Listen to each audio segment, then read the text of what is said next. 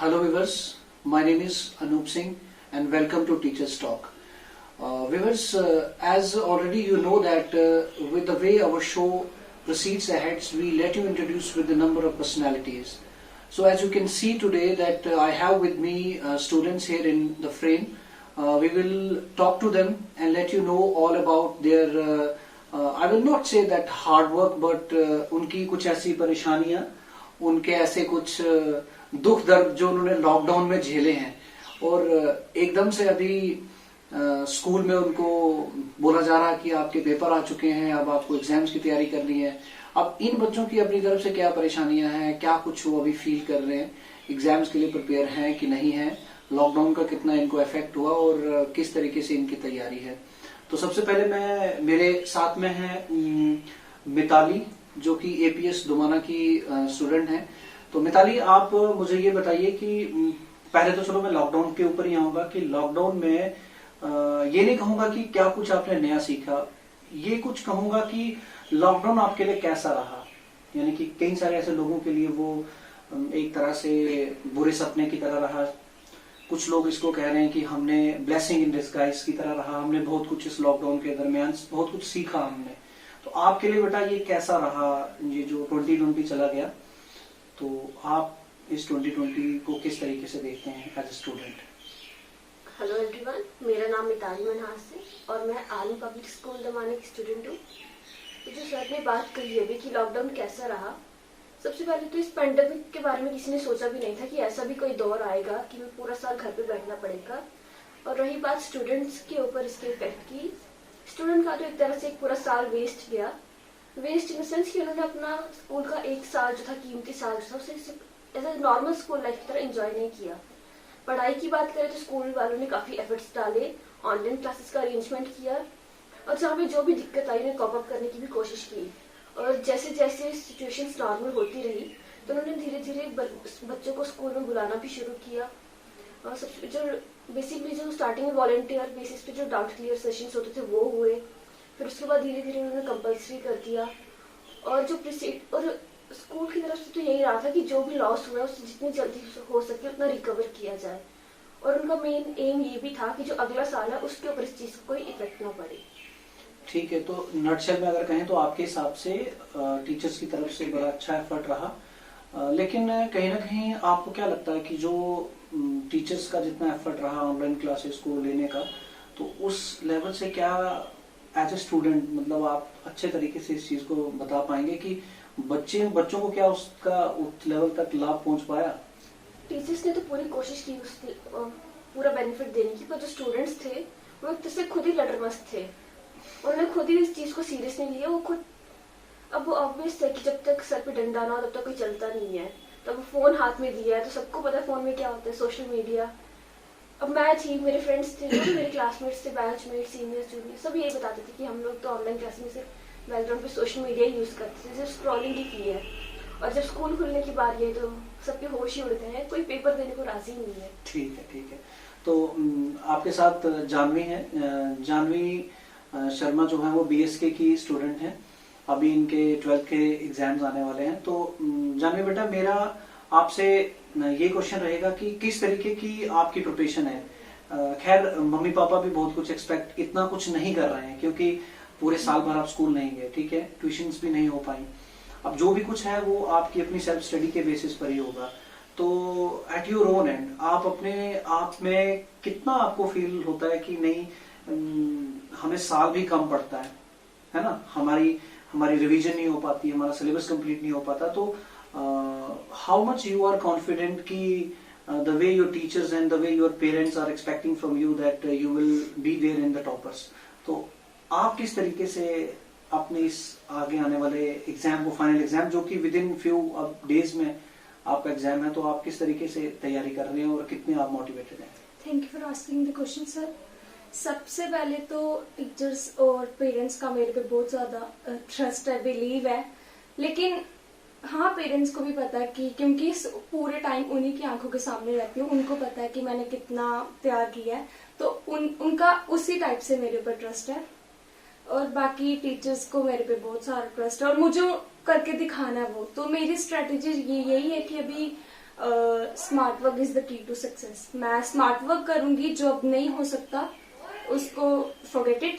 बाकी मैं अपनी तैयारी कर रही हूँ, और जो एम मेरा जो गोल है वो अभी मैं वैसे डिस्क्लोज नहीं करूंगी, बट जो मेरा एम है उसको अचीव करने के लिए मैं अपना पूरा 100% दूंगी। मतलब अभी दे भी रही हूँ, बट अभी आफ्टर फेयरवेल मैं जो ये टाइम होगा घर पे तो पूरी अपनी तैयारी करूंगी। और ये सब बाकी टीचर्स का, हमारे स्कूल के टीचर्स बहुत डेडिकेटिंग है, उन्होंने अपना 100% दिया है ऑनलाइन क्लासेस में।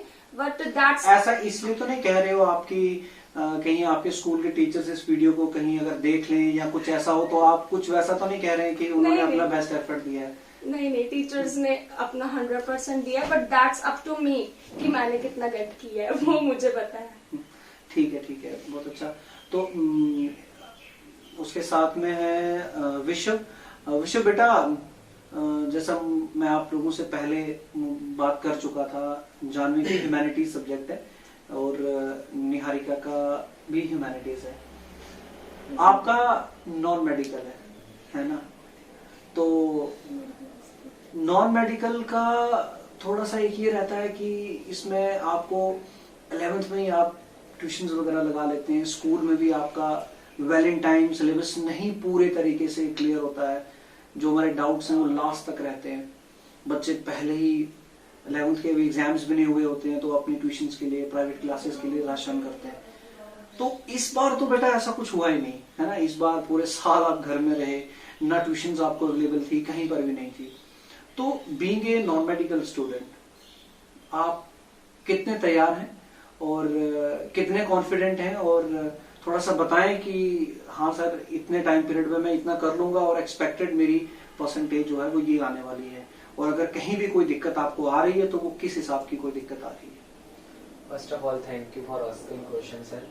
मेरे नॉन मेडिकल स्ट्रीम के हिसाब से सबसे टफ स्ट्रीम मानी जाती है चारों स्ट्रीम्स में से इसको, और हमारा जो नॉन मेडिकल स्ट्रीम है हमारा सब कुछ प्रैक्टिकल अकॉर्डिंग टू बोर्ड चलता है, जो हमें टीचर ऑनलाइन ही इतना हम अंडरस्टैंड कर सकते जितना हम ऑफलाइन उसको बोर्ड पे कर सकते हैं। तो ये ईयर तो हमारा बेसिकली पूरा ही ऑनलाइन का रहा, तो इतना काफी मैंने नहीं सीखा कुछ जो मुझे सीखना था, जितना मुझे समझ पाना था उतना मैंने नहीं समझा हुआ अभी तक। ट्यूशंस भी इस ईयर अवेलेबल नहीं थी बिकॉज कोरोना ही इतना ज्यादा था कि लॉकडाउन के दौरान हमारे बहुत सारे महीने जो वेस्ट हो गए। तो अकॉर्डिंग टू मी अगर मेरे हिसाब से जाया जाए, मैंने जितना गेट किया उससे हिसाब से मैं 85% में स्कोर करूंगा, उसका अबव का मेरा गोल है कि मैं 90s में। मतलब पूरे साल स्कूल ना जाने का, फिर क्लासेस भी नहीं, कुछ भी नहीं, मतलब आप अपने लेवल पे तैयारी करेंगे, 85 स्कोर कर। हाँ, वेरी गुड। बिकॉज टीचर्स ने भी बहुत अच्छा, हमारी अंकिता मैम जैसे उनकी मैरिड होने वाली थी, वो मैरिड के दौरान भी हमारी क्लासेस ऑनलाइन लेते थे, जो कि बहुत टफ होता है, घर में कितना काम होता है मैरिज के दौरान सॉरी, तो वो हमारी ऑनलाइन क्लासेस कंडक्ट करती थी। और हमारे राकेश सर, तो वो उन्होंने भी इतने अच्छे एफर्ट पुट किए हमारे लिए। सबसे पहले हमें आसान टॉपिक से स्टार्ट किया, हमें पुराना जो हमारा बोर्ड वाला सेशन था वो हमने अब स्टार्ट किया था, जनवरी में हमने उसको स्टार्ट किया था। अब हमारा थोड़ा सा सिलेबस रहता है वो मैंने फॉरवर्ड कर दिया, उसको मैंने बोल दिया क्योंकि अब स्मार्ट स्टडी का वक्त है, जितना मैं उसको टाइम नहीं दे पाऊंगा जितने उन चैप्टर्स को टाइम देना चाहिए, बिकॉज एक चैप्टर भी वो 50 टॉपिक्स का चैप्टर है जो नहीं प्रिपेयर होगा इतने कम समय में। तो स्मार्ट स्टडी ही करना सब जरूरी है। अगर मैं स्मार्ट स्टडी करूंगा आई बिलीव दैट कि मैं अबव 85% जाऊंगा। ठीक है, बहुत अच्छा। तो मेरे साथ अब 2 और बच्चे हैं, इन 2 और बच्चों से भी बात कर लेते हैं। मेरे साथ में है सानिया, जो कि 10th क्लास में पढ़ती हैं और एपीएस दोमाना में ही पढ़ते हैं ये। तो बच्चे आप मुझे बताओ कि सेम वही क्वेश्चन मेरा थोड़ा बहुत मिलता जुलता रहेगा। आपका, जहां तक मैं आपको जानता हूँ, आपके पेरेंट्स का भी काफी इतना प्रेशर नहीं है, लेकिन ठीक है, एक डिसिप्लिन है, मॉर्निंग में इतने बजे उठना है, रात को इतने बजे तक आपको एक तरह से अपने आप को मोटिवेटेड रखना है। तो समहाउ आपको क्या लगता है कि आगे आने वाले टाइम में जो आपके पेरेंट्स एक्सपेक्ट कर रहे हैं, तो क्या आप उस हिसाब से अपने पेरेंट्स की एक्सपेक्टेशंस और टीचर की एक्सपेक्टेशंस के अकॉर्डिंगली आप कर पाएंगे? हेलो एवरीवन, जैसे कि सर बोल रहे हैं कि लॉकडाउन की वजह से हम अच्छे से पढ़ नहीं पाए, और जो भी पेरेंट्स हमसे एक्सपेक्ट कर रहे हैं वो मार्क्स मैं जरूर लाऊंगी। कि मैं चाहती हूँ कि मेरे 90 से अबव परसेंटेज आए, क्योंकि सीबीएसई बोर्ड में 90 से अबव परसेंटेज लाना बहुत बड़ी बात है। और सीबीएसई बोर्ड में बच्चों को उसके लेवल पे नहीं बल्कि उसके जो परफॉर्मेंस है उस पे देखा जाता है। सीबीएसई बोर्ड में एक्चुअली वो बुक नहीं होती है पूरी, बैकवर्ड क्वेश्चंस बिल्कुल नहीं होते हैं, हमें बीच में से पूरी बुक पढ़नी पड़ती है।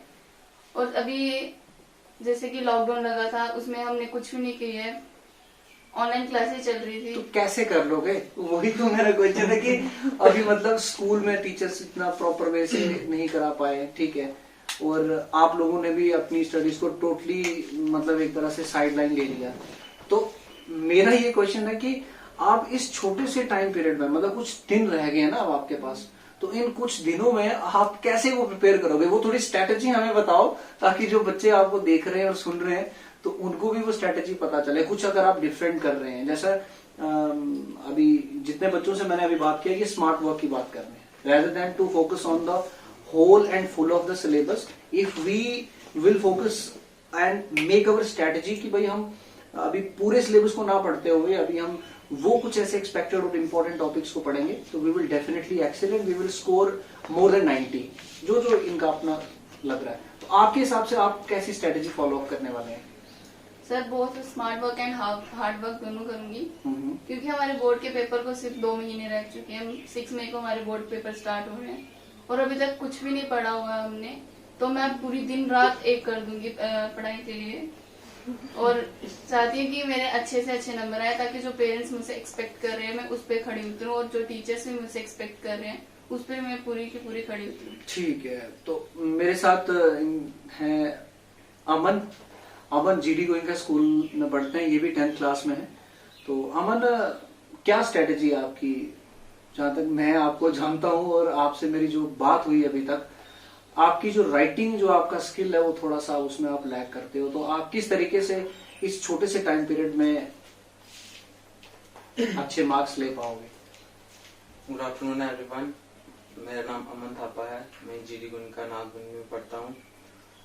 इस लॉकडाउन के टाइम में हमें बहुत सारी दिक्कतें आई, हम स्टडीज नहीं कर पा रहे थे। फिर जैसे लॉकडाउन हुआ उसके 1-2 महीने बाद हमारी ऑनलाइन क्लासेस स्टार्ट हो गई। तो ऑनलाइन क्लासेस में हमें इतना कुछ समझ नहीं आ रहा था, तो टीचर से हम डाउट पूछते थे, तो 2G नेटवर्क के कारण हमारी क्लासेस नहीं हो पाती थी। तो कुछ 1-2 महीने के बाद मैंने ऑनलाइन क्लासेस अटेंड करना छोड़ दी थी। फिर मैं यूट्यूब पे वीडियो देखने लगा, यूट्यूब से काफ़ी ज़्यादा मुझे हेल्प मिली कैसे। फिर मैंने चैप्टर्स पूरे पढ़, मैंने सिर्फ कॉन्सेप्ट प्रिपेयर करने लगा चैप्टर्स के। फिर जैसे मेरे चैप्टर्स प्रिपेयर होते थे मैं डेली के पेजेस लिखना स्टार्ट कर दिए थे। जैसे मेरी हैंड राइटिंग इतनी अच्छी नहीं है तो डेली के मैं 1-2 पेजेस लिखता था हर एक सब्जेक्ट के। और जैसे हमारे अभी बोर्ड एग्जाम आने वाले हैं, 6 मई को है, अभी हमारे पास इतना टाइम नहीं है कि हम फिर से पूरी बुक थॉरो रीडिंग करें। अब सिर्फ हम कॉन्सेप्ट देख रहे हैं। हमें डेली रोज की यूट्यूब पे हर सब्जेक्ट की वीडियो देखता हूँ, कॉन्सेप्ट देखता हूँ, कोई डाउट होता है वो क्लियर करता हूँ। और इस साल सब स्टूडेंट का एक था कि 100% स्टूडेंट्स नहीं देना था। चलो ठीक है, अपनी तरफ से इन्होंने पूरी कोशिश की है, यूट्यूब पे जाके इन्होंने खुद सेल्फ स्टडी की है। मैं फिर से मिताली आपके साथ बात करना चाहूंगा। पहली बार मैं क्षमा चाहता हूँ, मैंने इनका नाम जो है वो निहारिका कहा, तो कई सारे बच्चे हैं जो अब हैं जिनके नाम जुबान पर हैं। तो मिताली, कुछ फ्यूचर गोल्स के बारे में हमें बताओ अपने कि क्या कुछ अभी सोचा आपने आफ्टर योर एग्जाम, क्या करने वाले हो आप? यानी कि एकेडमिक्स तो है ही है, अच्छा स्कोर करना है, मम्मी पापा को भी प्राउड फील कराना है और मोस्ट इम्पोर्टेंटली अपने आप को भी प्रूव कराना है कि सेल्फ स्टडी करके भी हम बहुत अच्छा स्कोर कर सकते हैं। ठीक है, we have that capacity and capability to perform at our own, although इतना जो टाइम पीरियड पीछे रहा उसमें नहीं हो पाया। तो फ्यूचर गोल्स क्या कुछ हैं आपके आफ्टर योर 12th? क्या प्लान है आपके, किस तरफ जंप करने वाले और उसके लिए आपकी क्या तैयारियां हैं? आफ्टर ट्वेल्थ मैंने सोचा हुआ है कि मैं अपनी डोगरी लैंग्वेज में ही एक्सेल करूँगी। अभी तो मैं 11th क्लास में हूँ, तो देखा जाए तो एज ए सोसाइटी एक बहुत बड़े से ट्रॉमा लेके चलते हैं 12th क्लास को, कि बस 12th में स्कोर कर लो, आगे लाइफ सेट एंड ऑल। तो इस टाइप स्कूल की तरफ से भी और पेरेंट्स की तरफ से, फैमिली की तरफ से भी प्रेशर अभी 12th की तरफ फोकस होगा। पर मेरे लिए इतना ज़रूरी नहीं है, क्योंकि अगर रही बात डोगरी की, जम्मू में ही रहना है, तो शायद अगर मेरी एवरेज स्कोर भी कर लूँ तो मुझे कोई इतना फर्क नहीं पड़ेगा। लेकिन अगर एवरेज स्कोर करूँ और उसके साथ अगर मैं डोगरी में अगर एक्सेल ना करूँ तो शायद मेरे को बहुत फर्क पड़ेगा, जिसके लिए मुझे खुद ही टाइम निकालना पड़ेगा। एज ए सेल्फ स्टडी, अगर मैं सेल्फ स्टडी की बात करूँ ना, तो उसी में जो होगा वो सही टाइम निकलेगा, उसी में जो मैं इम्प्रूव कर पाऊंगी खुद को। और लिटरेचर है, लैंग्वेज है, इसे रीड करना होता है, लिखना होता है, इसमें इम्प्रूवमेंट चाहिए होती है, एक परफेक्शन चाहिए होती है, तो जो लिखने से ही आएगी। और सीबीएसई स्कूल में पढ़ के मैंने डोगरी का आज तक एक लफ्ज भी नहीं सीखा है। हाँ, लॉकडाउन में मैंने एक बुक ली थी, मैंने थोड़ा बेसिक्स किए अपने क्लियर, उनका तरीका देखा कि कैसे लिखी जाती है, कैसे पढ़ी जाती है। तो और यही रहेगा कि 12th में अगर मैं स्टार्टिंग से 12th की प्रिपरेशन करूँ, अप्रैल मंथ से अगर हमारा बैच स्टार्ट हो रहा है, अगर मैं डिवाइड कर दूँ कि हाँ, अगर मैं दिन में डोगरी पढ़ूंगी, रात में 12th का करूँगी, तो शायद हो सकता है कि मैं दोनों में अच्छा बैलेंस बना सकूँ। और जो कंपटीशन है आगे वो भी बहुत ज़्यादा है, और इस फील्ड का शायद अभी मुझे इतनी अवेयरनेस नहीं है, क्योंकि प्रॉपर गाइडेंस नहीं मिली। जैसे प्रॉपर गाइडेंस मिलती है तो मैं ज़रूर, अगर जहाँ इम्प्रूवमेंट की ज़रूरत है मैं वहाँ पे ज़रूर करूँगी, और जहाँ पे कुछ और भी जो कमी पेशी है उनको भी पूरा करूँगी एक सही मार्गदर्शक के साथ। व्यूअर्स, मैं एक चीज और यहाँ पे ऐड ऑन करना चाहूंगा। जैसे मिताली बच्चन ने कहा कि मैं डोगरी में अपने करियर को परस्यू करना चाहती हूँ, तो व्यूअर्स ये इंटरनली मुझे ये थोड़ा सा बड़ा मोटिवेटिंग और बड़ा ज्यादा एनकरेजिंग भी लगा कि आज 90% जिन बच्चों से भी हम इंटरेक्ट करते हैं, जिन बच्चों से भी हमारी बातचीत होती है, तो मुझे आज तक बड़े कम बच्चे मिले हैं जो उनकी मदर टंग, जो अपनी रीजनल लैंग्वेज है, उसमें कुछ आगे अपने लाइफ के जो उनका करियर है उसको वो ले जाकर कुछ सोचते हैं या ले जाना चाहते हैं।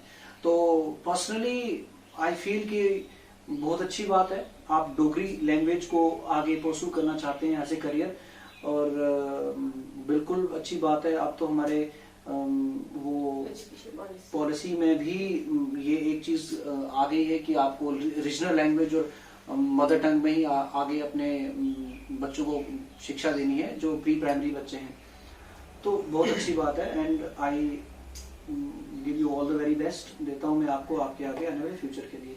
तो जानवी बेटा, आपके फ्यूचर गोल्स क्या हैं? आफ्टर योर 12th क्लास आप क्या कुछ करने वाले हैं, या क्या कुछ आपके प्लान्स हैं? क्योंकि जहां तक मैं आपको जानता हूं और जितनी मेरी आपसे बात हुई है, 10th में आपका बहुत अच्छा स्कोर रहा, और 10th में जब आपका अच्छा स्कोर रहा, उसके बाद जब आप लोग 11th में आए तो पूरे साल भर आपकी क्लासेस हुई, no doubt, and during that last phase of your examination days this lockdown happened, and एक गिफ्ट की तरह आपको मास प्रमोशन मिल गई, ठीक है? तो आप लोगों का जो एक माइंडसेट है और आप लोगों की जो एक वो मेहनत है, वो कहीं अभी तक हमें देखने को नहीं मिली है। हालांकि 10th में हमें मिली है रिजल्ट के माध्यम से, तो लगभग मैं कहूँ वो पूरा 11th का 1 साल और 1 साल पूरे कोरोना का, तो 2 साल आप लोग पूरे के पूरे तरीके से एग्जामिनेशन पॉइंट ऑफ व्यू से दूर रहे हैं।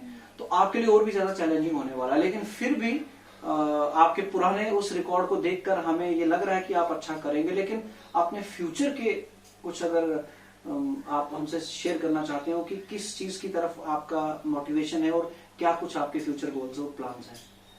एक्चुअली सर 10th के बाद सही मतलब सब्जेक्ट डिसाइड करने होते हैं, तो मैंने ह्यूमैनिटीज चूज किया, लेकिन वो मुझे पता है इस सब्जेक्ट के पीछे मुझे कितनी डांट पड़ी है, कभी यहाँ से कभी वहां से, क्योंकि सारे बोलते थे कि तेरी इतनी अच्छी परसेंट है, तुझे नॉन मेड रखना चाहिए, तुझे मेड रखना चाहिए, मेडिकल रखना चाहिए। लेकिन मेरा एम था ही नहीं उस तरफ, मतलब मुझे इंटरेस्ट नहीं था। लेकिन इस ह्यूमैनिटीज सब्जेक्ट की वजह से मुझे इवन कि मेरी मम्मा से बहुत डांट पड़ी है, क्योंकि वो बोलते हैं, मतलब एक माइंडसेट होता है ना कि ये सब्जेक्ट में लाइक बच्चे रखते हैं, तो वो कहीं ना कहीं उस चीज का मेरे पे बहुत सारा प्रेशर था। वो सारे रिलेटिव्स भी बोलते थे कि तूने ह्यूमैनिटीज क्यों रखा, तो इस चीज का मेरे पे बहुत प्रेशर है। मैं ये चाहती हूँ कि मतलब मैं कुछ करके दिखाऊं, फिर उनको बताऊं कि व्हाई आई चूज ह्यूमैनिटीज।